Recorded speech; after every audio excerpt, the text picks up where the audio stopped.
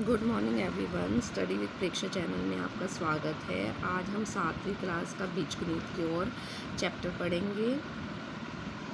बीजगणित की ओर का चैप्टर पढ़ेंगे। देखो, रजत और साक्षी किसी सोची हुई संख्या के बारे में संकेत लिखकर संख्या का अनुमान लगाने का खेल खेल रहे हैं।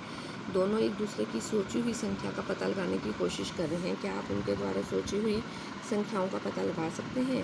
यह 80 के आधे से छोटा है। 80 का आधा कितना हो गया? 40। 40 से छोटा है।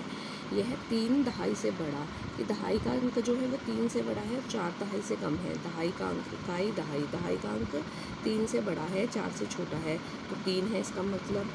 और इकाई के अंक से 2 कम है। जो इकाई का अंक है उससे 2 कम है। तो दहाई का अंक 3 है तो इकाई का अंक उसमें 2 जोड़ दिया, कितना आ गया? 5 बराबर 8। ठीक है, और संख्याओं का योग 8 है। 8 ही आया तो संख्या कितनी बनी? 35। कितनी संख्या बनी बच्चों? 35। अब हम दूसरे क्वेश्चन की तरफ चलते हैं। यह 80 के आधे से छोटा है। फिर उसने कहा 80 के आधे से छोटा है मतलब 3। यह 3 दहाई से बड़ा है और 4 दहाई से कम है। वही दहाई का अंक कितना हो गया? 3। दहाई का अंक इकाई के अंक से 2 ज़्यादा है, तो 3 में से 2 गए, 1 बचा। तो अंकों का योग 4 है। 3 और 1 4। मेरे द्वारा सोची गई संख्या कितनी है? 31। कितनी है? 31। अब आगे देखिए, आप इसी प्रकार एक पहेली बनाएं और अपने सहपाठियों से खेल खेलें। यह संख्या 40 के आधे से कम है। 40 के आधे से कम है। यह 1 दहाई से बड़ा है, दहाई का अंक, और दहाई का अंक इकाई के अंक से 3 कम है। ठीक है, और संख्या का योग 5 है। आप संख्या बनाइए। मैंने 14 बनाई है। ठीक है।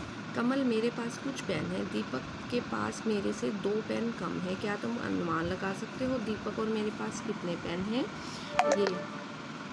ये जो बात है, ये बीच में कमल खड़ा है। कमल से ये लोग क्वेश्चनिंग कर रहे हैं। कमल बीच में खड़ा है, एक तरफ वैभव है, एक तरफ दीपक है। तो दीपक के पास मेरे से, वैभव से 2 पेन कम है। दीपक के पास कितने पेन है? वैभव के पास 5 पेन दिखाई दे रहे हैं, इसके पास 3 पेन दिखाई दे रहे हैं। 5 और 3 8 पेन है। यदि हम मान लें कि वैभव के पास 3 पेन है और दीपक के पास कितने पेन होंगे? दीपक के पास कितना पेन होंगे? 1 पेन, क्योंकि उससे 2 कम है तो 1 पेन होगा। दीपक के पास कितने पेन होंगे? 1 पेन। यदि वैभव के पास 4 पेन हैं तो दीपक के पास कितने होंगे? 2 कम। 4 में से 2 गए, 2 कम, क्योंकि उसकी हमें पता है इसलिए हम उसमें से 2 घटाते जा रहे हैं। यदि वैभव के पास पेन 5 है तो उसके पास, दीपक के पास 3 है, 6 हैं तो 4 हैं, 7 हैं तो 5 हैं, 8 हैं तो 6 हैं, 9 हैं तो 7 है, 10 हैं तो 8 है। 2 घटाते जाने हैं। यदि वैभव के पास x पेन है तो उसके पास 2 कम है, x माइनस 2। दीपक के पास कितने पेन है? x minus 2। x minus 2। अब हम आगे चलते हैं। यदि वैभव के पास पेनों की संख्या की जानकारी हमें नहीं है तो ये अज्ञात है, कुछ भी हो सकता है, 3 4 5 6। इन अज्ञात राशियों को हम चर राशि कहते हैं, जिनका कोई मान नहीं होता, स्थिर नहीं होता, दूसरों के हिसाब से ये बदलती रहती हैं। ठीक है, इन्हें हम चिन्हों द्वारा दर्शाते हैं, x y z। और अगर इसका मान ज्ञात हो जाए तो इन्हें अचर राशियाँ कहते हैं। इनका मान स्थिर हो जाएगा। जैसे अगर हमें पता है कि उसके पास 3 पेन है तो हमें पता है 3 है, अचर राशि कहते हैं। अब हम अज्ञात राशियों को किसी अक्षर या संकेत से दर्शाएंगे। जैसे वैभव के पास हमने दिखाए x, दीपक के पास हो गए x माइनस 2। कमल, यदि मैं x की बजाय कोई और अक्षर ले लूँ, हम कुछ भी ले सकते हैं। y लिया, फिर हमने y, तो y माइनस 2। इसमें कमल ने इसका सामान्यीकरण करते हुए अज्ञात संख्या को एक संकेत से दर्शा लिया। आप भी अपने सहपाठियों से इस प्रकार अज्ञात राशियों की तुलना करें। अब हम आगे चलते हैं। राधा के पास साहिल से 4 टॉफ़ियाँ ज़्यादा हैं। दोनों के पास कितनी टॉफ़ियाँ हैं? मान लीजिए साहिल के पास 4 टॉफ़ियाँ हैं।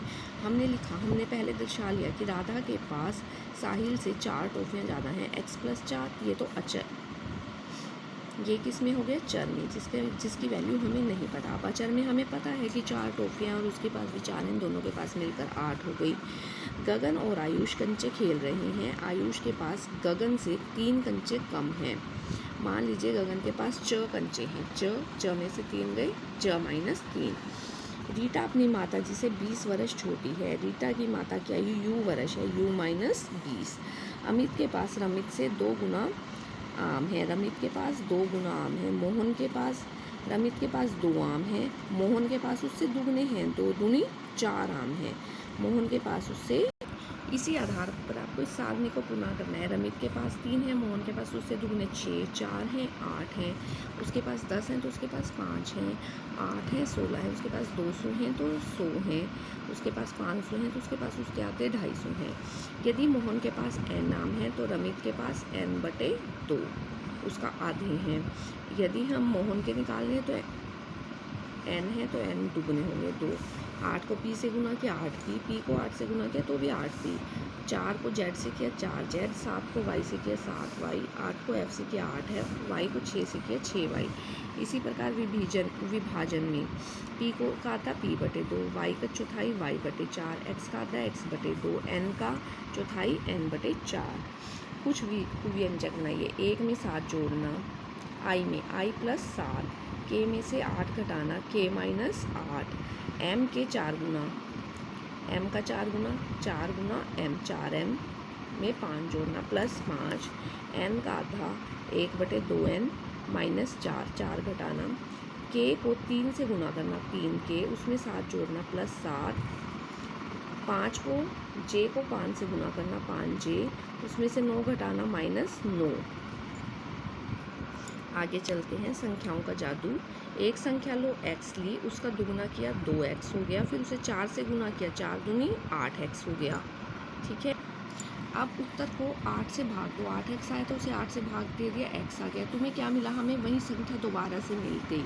यही पहेली पढ़ो। एक संख्या लो x, उसका तिगुना करो 3x हो गया, फिर उसको 3 से गुना किया 3 × 9x हो गया, फिर उसको 2 से गुना किया 2 18x हो गया, 18 से भाग करो x संख्या। हमें क्या मिला? हमें वही संख्या फिर से मिल गई। आयु खेल पहेली। मदन ने अपने दोस्त अमित के साथ एक खेल खेला। ठीक है, अपनी आयु लिखो। आयु हमने लिखी 12। ठीक है, उसमें 6 जोड़ो, 6 जोड़ दिया कितना हो गया? 18।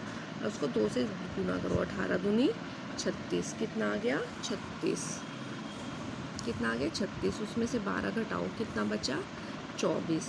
फिर उसे 2 से भाग करो, 12। तो आप लोगों को क्या मिला? आपको अपनी आयु दोबारा से मिल गई। अपनी आयु दोबारा से मिली। ठीक है, आप इसको खुद से करें। आप भी यह खेल खेलें और अपने सहपाठियों से इस पर चर्चा करें। उल्टी चाल खेल। अब मैंने एक संख्या सोच ली, उसके दुगने में 5 जोड़ने पर 55 आया। क्या तुम यह संख्या बता सकते हो? ठीक है, तो क्या करना है? उल्टा चलना है। 55 में से 5 घटाया, कितना बच्चा? 50। 50 का आधा कर दिया, दुगना था तो आधा कर दिया, कितना बचा? 25। तो कौन सी संख्या सोची थी? 25। केतन ने 25 सही उत्तर दिया। केतन, यह तुमने कैसे किया? मैंने पहेली में तुमने जितना जोड़ा था उतना घटा दिया तो 50 आ गया, फिर तुमने उसे 2 से गुना किया था, मैंने उसे 2 से भाग कर दिया तो कितना आ गया? 25। मैंने तुमसे उल्टी चाल चली। तुमने 5 जोड़ा था, मैंने 5 घटाया, तुमने 2 से गुना किया था, मैंने 2 से भाग किया। संख्या जो है वो 25 आ गई। अब हम अगले पेज की तरफ चलते हैं। यदि क्या आपने किसी और तरीके से किया है, उसकी चर्चा अपने सहपाठियों से कीजिए। केतन, अब तुम्हारी बारी है, तुम पहेली पूछो। मुझे समझ नहीं आ रहा तुमने पहेली कैसे बनाई। अरे यह तो बहुत सरल है, पहेली बनाना। तो मैंने एक संख्या सोची, उसको 2 गुने से गुना कर दिया, फिर उसमें 5 जोड़ दिया तो 55 आया। तो मैंने 25 संख्या सोची थी, बस तुम्हें वही नहीं बताई। केतन, अरे यह तो बहुत सरल है, पहले पहेली को हल करो फिर उससे पहेली बनाओ। मैंने एक संख्या सोची, उसको 3 से गुना किया, फिर उसमें 7 जोड़ने पर 40 आता है। संख्या बताओ। 7 जोड़ा है ना तो 7 घटा दो, 40 में से 7 घटाए 33। उसे 3 से गुना किया था तो 3 से भाग कर दिया 11। इस प्रकार कौन सी संख्या है? 11। बच्चों, आप भी अपनी पहेली स्वयं बनाएं और अपने सहपाठियों से इस पहेली का खेल खेलें। देखें, मैंने भी एक बनाई है। मैंने एक संख्या सोची, उसे 2 गुने से भाग किया, ठीक है, दुगना कर दिया, उसमें 9 जोड़े तो 25 आया। संख्या बताओ। ठीक है, 25 में से 9 घटाए, कितने बचे? 16। उसे दुगने से भाग किया था, 2 से भाग कर दिया तो संख्या कितनी आई? 8। संख्या कितनी आई? 8। ठीक है, अगर आपको यह वीडियो पसंद आई तो आप इस चैनल को ज़रूर सब्सक्राइब कीजिए और बेल आइकन को भी दबा दीजिए ताकि आगे आने वाली वीडियो की नोटिफिकेशन आप तक आ सके। Thanks for watching.